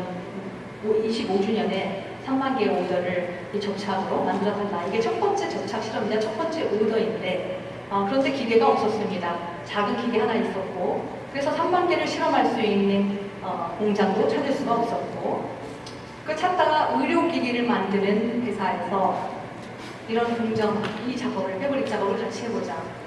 이런 제안으로 의료기기 회사에서 만든 가방입니다. 13년이 지난 지금 아직도 이걸 들고 있다는 사람들이 반갑게 말씀해 주는 경우도 같습니다. 리움 뮤지엄과 함께 했던 콜라보레이션이고요. 국립현대미술관도 우리가 무엇을 하고 있는지 잘 알고 있습니다. 에코백인데 너희가 무엇을 어떻게 하든 다 받겠다. 제로 웨이스트에 대한 신뢰를 저희는 획득했습니다. 초창기는 겨울에 판매가 가능할 수 있도록 패브릭을 만드는 데 있어서 실패도 있었고 시행착오도 있었습니다. 그래서 그 대신 이렇게 아름다운 피스를 만날 수 있었던 것은 안에 충전재를 넣고 너무 두껍게 만들다 보니 지금 4층에 전시도 되어 있습니다만 오브제가 되는 거죠. 물론 사람이 입을 수도 있지만 갑옷이 되어서 모델을 우리다운하고 런웨이에 세워두자. 현대자동차와 함께 이런 콜라보를 진행한 영상입니다. 비너스 같지 않나요? 입 벌리고 있는 물고기 같습니다. 자, 그 외에도 한복의 현대화를 아름지기 재단과 함께 네오프렌으로 한복을 만들어 보기도 했고요. 저희가 주장하는, 앞서도 말씀드렸지만 또 하나의 중요한 이유는 현대인들은 너무나 바쁘고 옷의 기능이 많은 것을 불편해하는 출퇴근하는 사람들이 있습니다. 패션은 물론 욕망을 만족시키기 위해서 아름답고 우린 아름다운 것을 만들어가는 패션 디자이너지만 우리처럼 고도로 숙련된 하이엔드 디자이너가 일반적인 유니폼을 만든다면 얼마나 좋겠습니까? 그래서 처음부터 유니폼이었고 죄송합니다. 처음부터 유니폼이었고 유니폼 같은 아주 심플하고 일상생활에 근접한 옷을 만들도록 합니다. 초창기 컬렉션을 몇 컷 보여드리고자 합니다. 대개는 스퀘어 핏이고요. 언제든지 능동적으로 패턴이 바뀔 수 있는 상태로 디자인된 초기 레퍼런스를 보셨습니다. 한 가지 소재이고 보니 이 소재를 컬렉션마다 새롭게 보여주기 위한 방식으로서 소재를 가공하거나 압축하거나 이렇게 필름을 터치하거나 하는 다양한 방식으로 컬렉션이 이루어졌고 가방, 여기 보이시는 백처럼 다양한 기법들이 공헌이 됐습니다.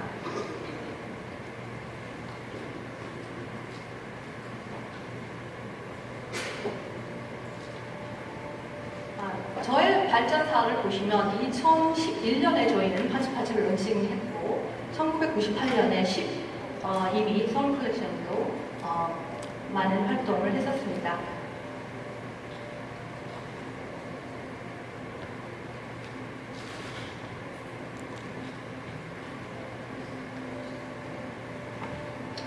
(2019년부터는) 제로 웨이스트 워크숍을 운영하고 있는데요. 지금 4층에서도 운영하고 있지만 서스테이너블에 관심이 많은 해외의 많은 대학, 국내외 지속가능 체험을 하고 싶어하는 학생들을 위해서 워크숍 클래스를 운영하고 있습니다. 지금까지 지속가능 패션 파츠파츠 브랜드의 설립과 성장 이전의 과정을 간단하게 설명했습니다.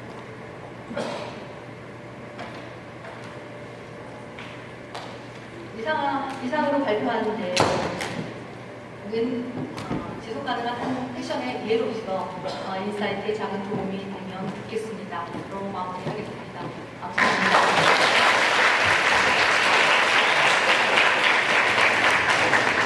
네, 반갑습니다. 우리 파츠 임선호 대표님께서 또 이제 마지막 강연자로서 이제 강연을 해주셨습니다.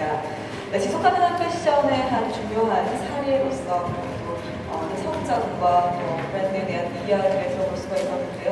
네, 굉장히 인상적이었던 그런 시간이었던 것 같습니다. 다시 한번 박수 보내주실까요? 네, 이렇게 세 분의 강연을 들었고요. 이어서 저희가 지금 무대가 준비가 되고 있죠. 네, 세 분과 함께 대담으로 이어가도록 하겠습니다. 방금 전에 발표를 해주셨던, 강연을 해주셨던 세 분의 연설분들을 다시 한번 무대로 모시겠습니다. 여러분 박수 한번 보내주시면 고맙습니다.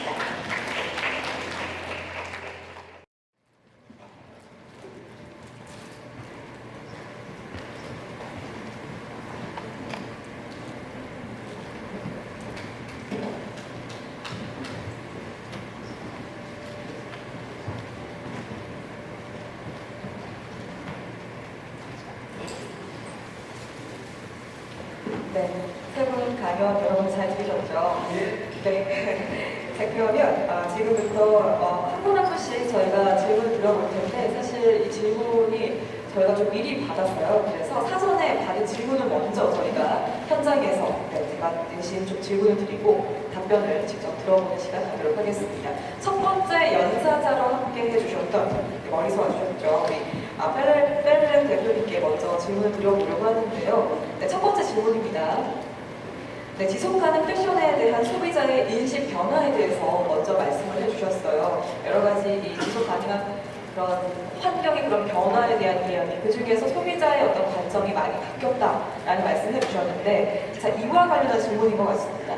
투자자들이 이러한 변화를 기회로 삼기 위해서 또 어떠한 기준을 가지면 좋을지, 그리고 어떻게 기준을 세워야 할지 궁금합니다라는 질문을 첫 번째 질문으로 보내주셨는데요. 여기에 대한 답변을 좀 들어볼까요? 네, 저도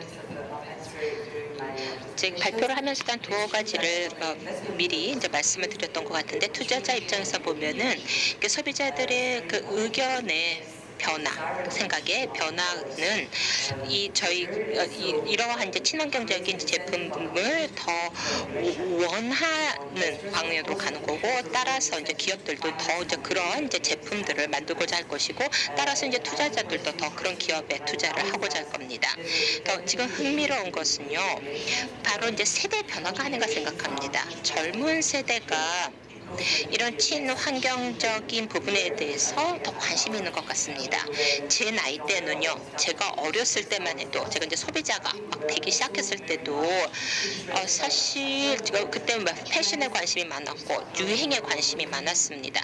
이제 돈 벌기 시작하면 소비를 하고 싶죠. 돈을 쓰고 싶죠. 그렇지만 그 당시에는 환경에 대해서 많이 생각을 안 했는데, 제 아이들만 하더라도요, 이제 제 아이들이 이제 20대에 있는데, 제 딸은 이제 비건이기 때문에 뭐 가죽 옷을 안 사고요. 그리고 또 이제 뭐 고기도 먹질 않습니다. 이러한 이제 젊은 세대에 이제 이러한 이제 추세가 더 뚜렷한 것 같습니다. 또 그러한 신념이 더 강한 것 같기도 하고요. 그리고 또 뿐만 아니라 이제 지속 가능한 제품에 대해서 더 많은 이제 지불을 하고자 하는 의지도 지금 더 높아지고 있는 것 같습니다. 그래서 그리고 또 투자자, 그런 입장에서 투자자 같은 저 입장에서는 더 수익을 올릴 수 있을 거라고 또. 네, 계속해서 이 투자자들이 그 시장의 흐름과 소비자들의 그런 니즈, 구매 욕구가 어떠한 방식으로 흘러가는지 그 흐름을 파악하는 것이 무엇보다 중요하다. 흐름을 잘 파악하는 그 눈을 키우는 것이 중요하다라는 말씀 다시 한 번 더 강조를 해주신 것 같습니다. 발표 때도 말씀해 주셨는데요. 자, 그렇다면 두 번째 질문 가보도록 할게요. 유럽에서 성공적으로 지속하는 패션을 실행한 사례가 있다면 이것도 이제 발표에서 말씀을 해주셨던 것 같아요. 판타고니아라든지 베가에 대한 이야기를 해주셨는데 이러한 사례에 대한 이야기를 바탕으로 한국 디자이너들이 배울 수 있는 중요한 전략은 어떤 게 있을까요? 라고 질문을 해주셨습니다. 네, 사실 뭐 우리가 너무나 잘 아는 브랜드들이 굉장히 많죠. 이제 친환경적인 브랜드들이 꽤 많고 또 많은 소비자들의 사랑을 받고 있는데 이거와 관련해서 우리 그렇다면 한국 디자이너들이 배울 수 있는 중요한 전략에 대해서 두 번째 질문으로 걸 보내주셨습니다. So it's true that I think that the pressure. 네, 제가 생각하기에는 사실 유럽에서는 여론이 있고 또 이해 관계자들이 넣는 어떤 그런 압력이라고 하는 것이 아시아나 미국보다는 좀 더 큰 것 같습니다. 그래서 심지어는 이제 자본시장 쪽에서도 이런 ESG 정책이라고 하는 것들을 기업은 물론이고 저희처럼 투자를 하는 사람들 입장에서도 계속 굉장히 중요하게 봐야만 하는 그런 상황이 되고 있습니다. 이 환경을 보면 이런 브랜드들에게 있어서 도움이 되고 있기 때문에 유럽에서 매우 성공적인 모습을 보여주고 있죠. 그리고 뭐 새로운 소재라든가 또는 뭐 원단을 사용함에 있어서 이런 폐원단이 나오지 않게끔 한다던가 이런 식으로 또 아니면 이제 재활용을 좀 더 잘 할 수 있게끔 하는 방식으로 또 이런 생산과 관련된 원재료, 이런 것뿐만이 아니라 이 굉장히 혁신들이 많이 있고요.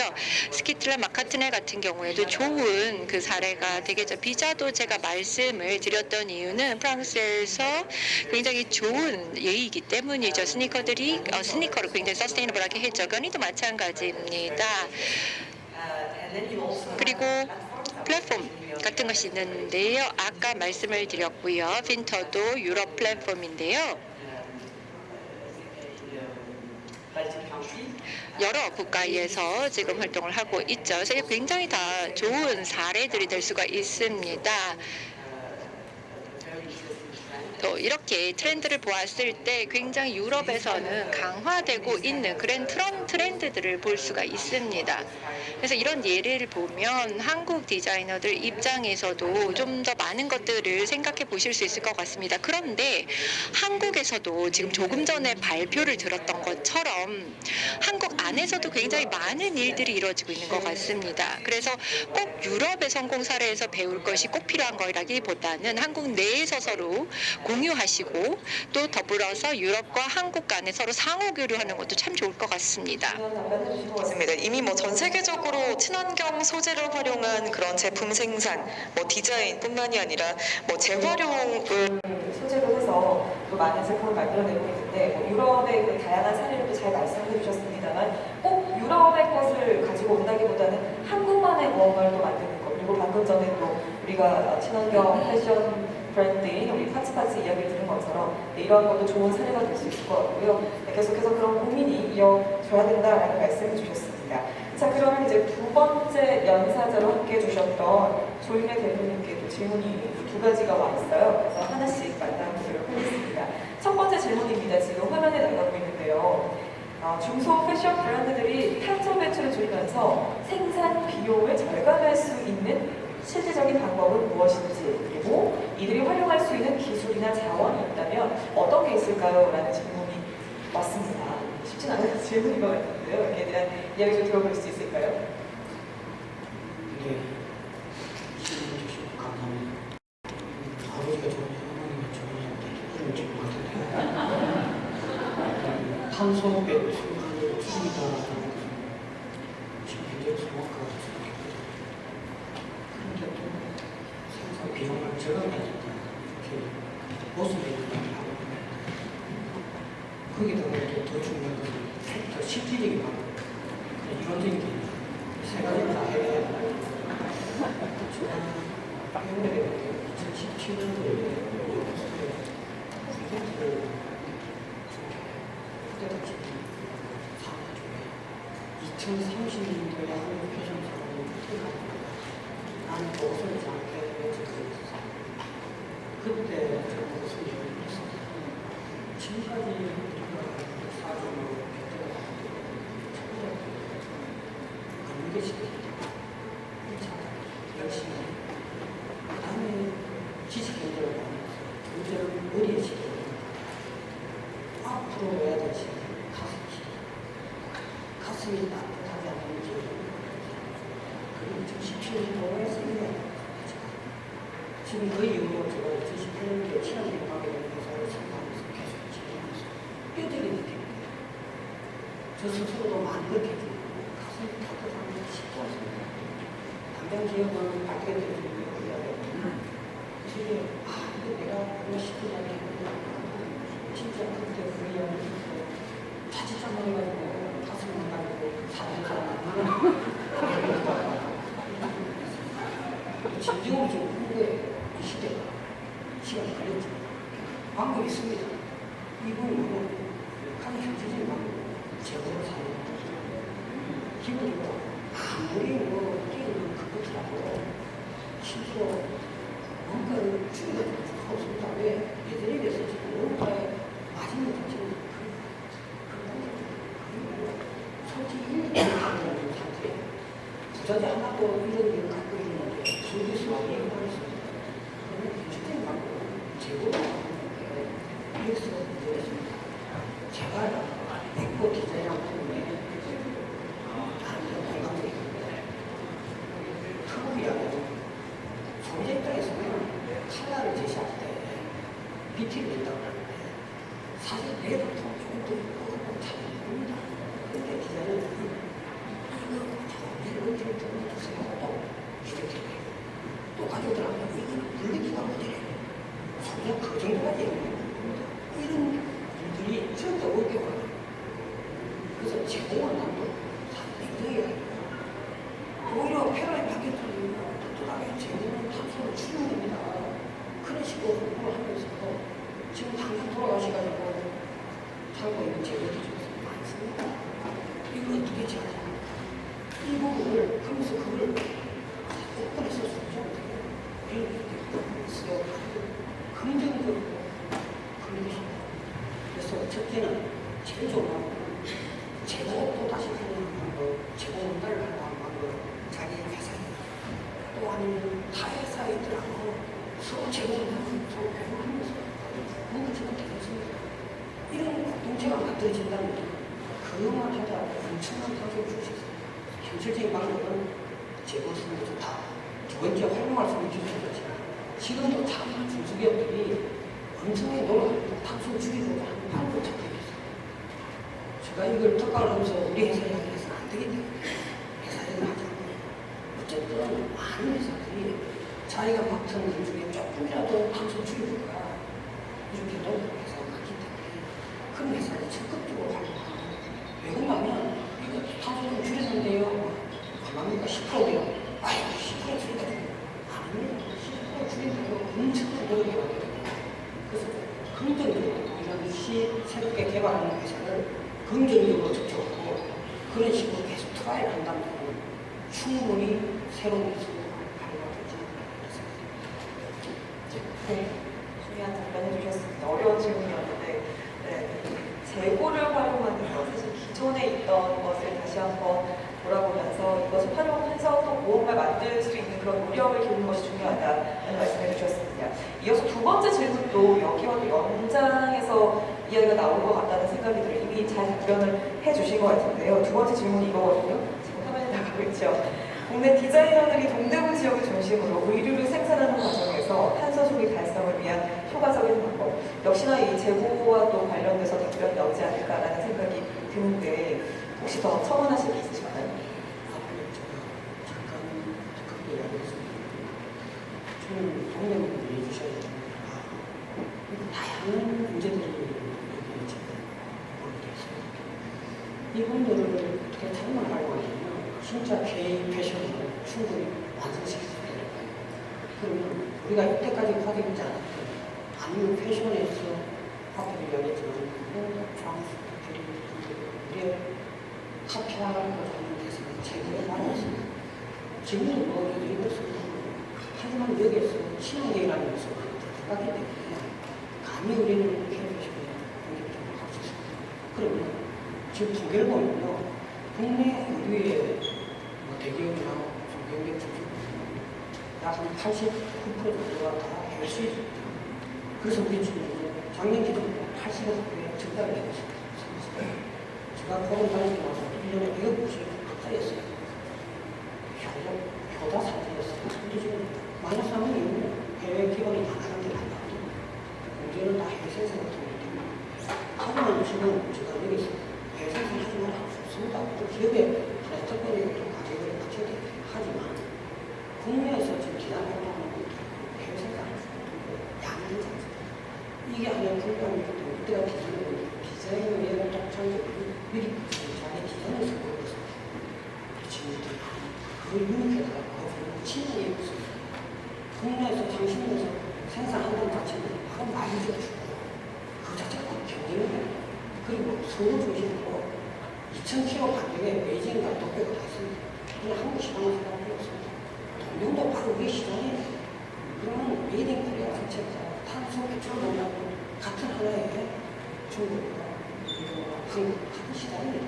그게 뛰어난 우리나라의 경제적인 디자인의 크리티같이 묻는다면 동경 디자인이 충분히 나는 세계 디자인을 할 수 있습니다. 그래서 이렇게 혼자 할 수 있는 앞에 연합회장님이시 이런 분소성이 안 되죠. 이 부분이 분소성이 돼가지고 공동으로 에코 디자인의 기준을 만듭니다. 이런 내용들을 아시아 딱 하고 기본적으로 왜 우리의 디자인은 좀 태국이나 베트남 쪽에는 엄청난 나는 높이 올라가요. 그럼 이런 스트레오적인 거 나오는 거는 또 우리가 나름대로 협력을 제작하고 우리가 먼저 합의하고 미국으로 나간다면 이게 바로 세계화입니다. 그래서 동맹을 좀 풀어보시고 혼자 살 수 있는 경우를 우리는 진지하게 접근해 충분히 나옵니다. 네,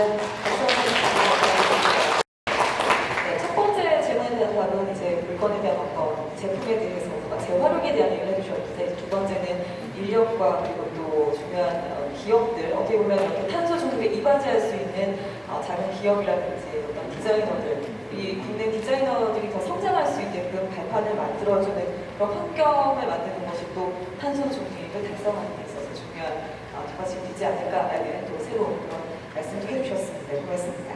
자, 이번에는 이제 세 번째 연차자로 함께 해주셨던 임선호 대표님께 여쭤보도록 할게요.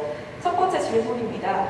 제로 웨이스트 패션을 실현하기 위한 초기 단계에서 반드시 고려해야 할 디자인 원칙은 무엇인지, 이를 통해서 상업적인 성공을 이루려면 어떻게 접근하면 좋을까요? 라는 질문을 보내주셨어요. 어떻게 뭐라고 쓰여 있을까요? 저의 디자인 컨셉입니다. 언젠가 사람들은 옷을 사는 것, 새 옷을 사는 것을 두려워할 수 있다. 늘 염두에 두고 있는 말이고 디자인을 할 때 첫 번째 고려하는 일입니다.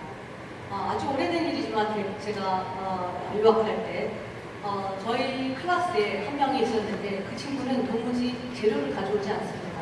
사지 않아요. 그런데 옷을 만들어내는데 딱 1시간 만에 그 재료가 구성하는 요소로서만 무엇인가 결과물을 내는 친구. 그것을 제로 웨이스트로 봤습니다. 어쩌면 저는 지금 제가 하고 있는 그런 행위가 그런 데서 영감을 받았을 것입니다. 또 하나의 영감은 여러분 창신동 이런 이제 밀집 지역에 가면, 공제 밀집 지역 가면 너무나 많은 쓰레기들이 배출되어 있는데 거기를 한번 투어를 하면 브랜드 한 몇 개는 나올 것 같습니다. 기존의 자원을 활용하라.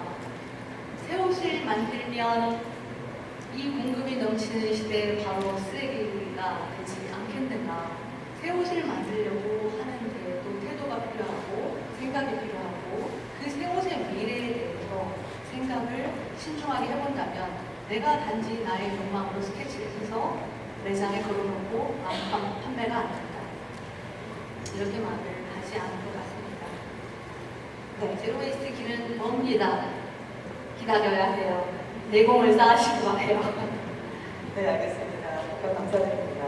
방금 전에 이제 조윤혜 대표님께서 말씀해 주신 것처럼 이제 어떻게 보면 재고라든지 어떤 기존의 그런 이미 쌓이고 쌓인 이런 부분들을 우리가 또 다시 잘 활용을 해야 된다는 말씀. 그리고 계속해서 이 맥락이 이어지고 있는 것 같아요. 지속 가능한 패션이라는 건 이미 존재하는 제품이다라는 어떤 브랜드의 그런 슬로건이 좀 생각이 나는데 계속해서 우리가 좀 있는 것을 좀 잘 활용할 수 있는 그런 지혜가 필요하지 않나라는 생각이 들고요. 자, 그래서 두 번째 질문을 또 여쭤보도록 할게요. 두 번째 질문으로는 이런 내용입니다. 지속 가능한 패션을 실천하는 디자이너로서, 에코-프렌들리 브랜드로서 패션 산업의 지속적인 발전을 위한 패션 생태계의 협력 방안, 그리고 앞으로 주목해야 하는 것이 있다면 어떤 게 있을까요? 라고 또 어려운 이야기를 질문을 보내주셨어요. 네, 그런 어려운 얘기는 챗 GPT가 한 20초 만에 답변을 할 수 있어서 저는 제가 아는 형식으로만 답변을 하겠습니다. 파브리크라는 중국의 플랫폼 기업이 있는데요. 여기서 무엇을 하냐? 전 세계에 역량 있는 디자이너들을 초빙해서, 초빙 아니고 그냥 메일 틱 줍니다. 디자인해줘, 만들어줄게.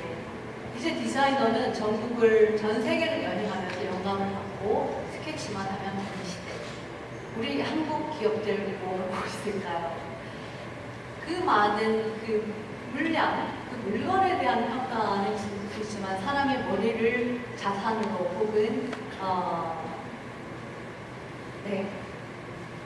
뭐라고 해야 되지? 제가 좀 말 주변이 없어가지고 생각해야 된다고 생각합니다. 두 번째 산업적 측면에서는 노동 집약적 생산에 의존하고 있거나 이미 자동화되어 노동자가 필요 없거나, 그러나 크리에이터는 생각하는 동시에 직접 손으로 무엇인가를 만드는 것을 흥미로워하는 사람입니다. 인간의 본성이기도 한데 이러한 능력을 리소스화하는 플랫폼, 파브리크도 마찬가지 있겠습니다. 그 플랫폼을 디자인하는 게 어떠실까요? 라고 얘기하고 싶고요. 물론 소재 기업은 생분해성 소재 업사이클 기술을 활용해야 되겠죠. 매출 목표 지향 좋습니다. 그러나 인간의 미래에 이로운 것을 만드는 그 연구는 그 이상의 가치 있음으로 평가해야 할 것입니다. 그렇다면, 그런 사회라면 누구든 도전을 해보지 않겠습니까? 또 마치겠습니다. 네, 감사합니다.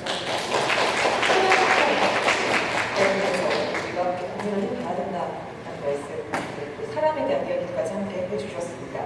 답변 감사드리고요. 저희가 이렇게 미리 받은 질문을 바탕으로 세 분께 각각 질문을 드렸는데 저희 플로우에서도 질문을 받아보도록 하겠습니다. 혹시나 저기 먼저 손을 들어주셔서 일단 먼저 기회를 드리고 다음 분께 여쭤보도록 할게요. 혹시 마이크가 있을까요?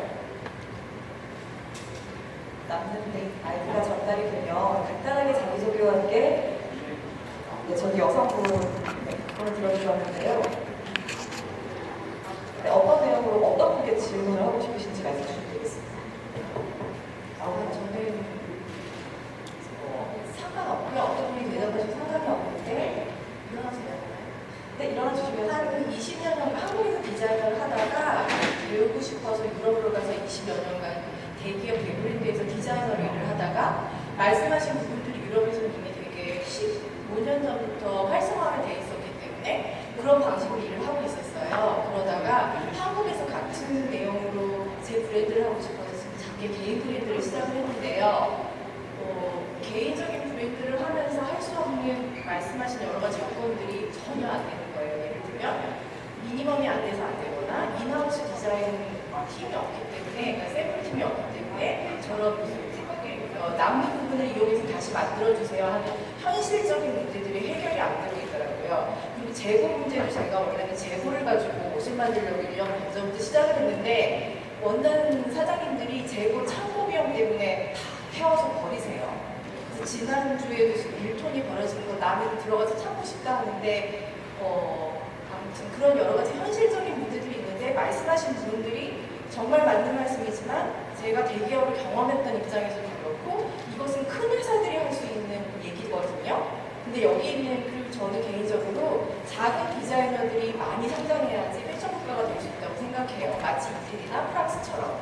무슨 그게 처음부터 대기업이 일어났던 일들이 아니지 않아요? 그러니까 코르기와 삼성이 매우 위대한 회사지만 다른 위대한 디자이너들이 많이 태어나야지 그 나라가 패션 국가가 될 수 있다고 생각하는데 제가 1년 반 동안 거의 2년 동안 겪어본 거는 와 이건 개인 디자이너가 성장하기에는 저런 글로벌 마인드인 서스테이너빌리티를 너무 힘들구나라는 생각을 했습니다. 그래서 혹시 이런 개인 브랜드가 정말 서스테이너빌리티를 스스로 만들어가면서 성장하려면 어떤 부분을 더 신경 써야 되는 것인지에 대한 조언을 듣고 싶습니다. 네, 이거는 개인적으로도 이미 그 중요성을 너무나 잘 알고 있지만 현실적인 벽이 굉장히 높다는 말씀이잖아요. 비용도 그렇고 시스템적으로도 아직까지 우리가 지금 가야 할 길이 먼 것 같다는 말씀은 아마 다들 공감하실 것 같은데 혹시 여기에 대해서 답변해 주실 분이 있으시다면 네. 견디를 표합니다. 얼마나 이렇게까지 왔겠어요. 실제로 뭐 저렇게 진짜 안타까우니까 저런 이야기를 할 수밖에 없었고 그리고 숨도 못 쉬게 좀 막 이야기하지 않습니까? 그만큼 답답하다는 이야기거든요. 현실입니다 저게. 그리고 제가 포럼 근무에 대한 자체도 창피하고 어쨌든 지금 현재 우리의 현실은 지금 질문하신 분이 정확합니다. 그렇습니다. 그럼에도 불구하고 앞에 사실 이노베이터들은 어쩔 수 없이 엄청난 비를 맞아야 됩니다. 그래서 아마 이때까지 한 20년간 해보셔도 또 저 길로 간다면 지금부터는 예전보다 조금 답답하게 해서 할 겁니다. 그러면 첫째 해야 됩니다. 저렇게 생각하시는 분들이 두 명이 모여 혼자서 컴퓨터 가서 제공한다는 짓을 그런데 두 명이 가서 이야기를 하게 되면 조금 움직입니다. 좀 두고 봅시다. 세 명이 가게 되면 계산기를 두드립니다. 돈 내느냐? 가장 중요한 건 돈 된 데는 무조건 해줍니다. 근데 한 명이 가면 안 되니까 안 그러는 거예요. 그리고 또 희소식은 최근에 한 4, 5년 전부터 앱이 생겼습니다. 재고만 컨트롤하는 그런데 또 무정비도 재고만 관리합니다. 물론 가격은 만만치 않습니다. 그리고 3, 3년에서도 재고 프로젝트가 있습니다. 재고 그런 좀 적극적으로 참여를 하시되 혼자 사는 일보다 저렇게 애타게 이야기하시는 중증 3명 최소한 그렇게 보인다면 충분히 재고 원단에 대해서는 예전보다는 조금 두 번째 이야기하고 싶은 것은 어차피 저럴 때는 저도 모르게 한 40대였으니까 제가 건강지게 감기 이야기합니다. 어쩔 수 있습니다. 그냥 아픕니다. 그럴 수밖에 없습니다. 이걸 뛰어넘어야 됩니다. 어쩔 수 없이. 왜? 뛰어넘는다 자기가 리드가 돼요.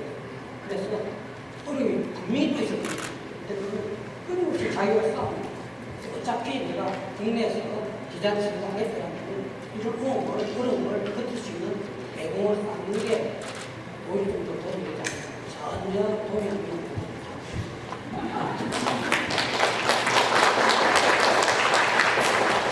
이번에는 재고와 관련해서 이제 어플리케이션이 있다는 말씀이 사실 시장이 참 가장 어렵죠. 먼저 선구자의 길을 가는 분들 굉장히 좀 어려움을 많이 겪는데 혹시 우리 팡스포츠 인스트럭터님께서 혹시 뭐 추가로 조언 같은 거 하셨어요?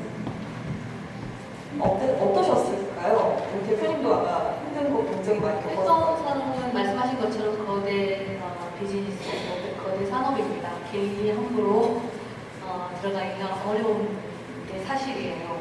뭐 유럽이나 이런 데서는 개인 디자이너가 창업을 하는 거 쉽지 않고 하려고 하지 않는 걸로 알고 있습니다. 그러면 협업이 답일 수 있습니다. 기존의 인프라를 활용하세요. 혼자 하는 거 어려운 거 가능하고요. 기존의 인프라가 구축되어 있는 곳에 가서 똑똑 문을 두드리고 협업합시다. 나는 이런 장점이 있고 이런 능력이 있다. 라고 어깨를 긋고 같이 하는 것이 좀 빠르지 않을까요? 네, 귀한 답변 감사드립니다. 사실 지속 가능한 패션을 위해서 나도 지속 가능하게 움직일 수 있게 하기 위해서는 누군가의 또 도움도 필요하고 함께할 사람이 있어야 되지 않을까라는 말씀이었던 것 같아요. 저희가 사실 더 많이 질문을 받고 싶은데 시간이 생각보다 빠르게 흘러가서 여기까지 봤고요. 추가적으로 질문 있으신 분들은 저희가 따로 메일로 네, 연락 주시면 저희가 답변을 드리도록 하겠습니다. 사실 여기 현장에 지금 더 많이 보고 싶은데 그러지 못한 점 양해 부탁드리겠고요. 오늘 세 분의 강연자분들께서 또 귀한 인사이트를 제공해 주셨고 또 귀한 답변까지 전해 주셨습니다. 여러분 세 분께 다시 한번 부탁드립니다.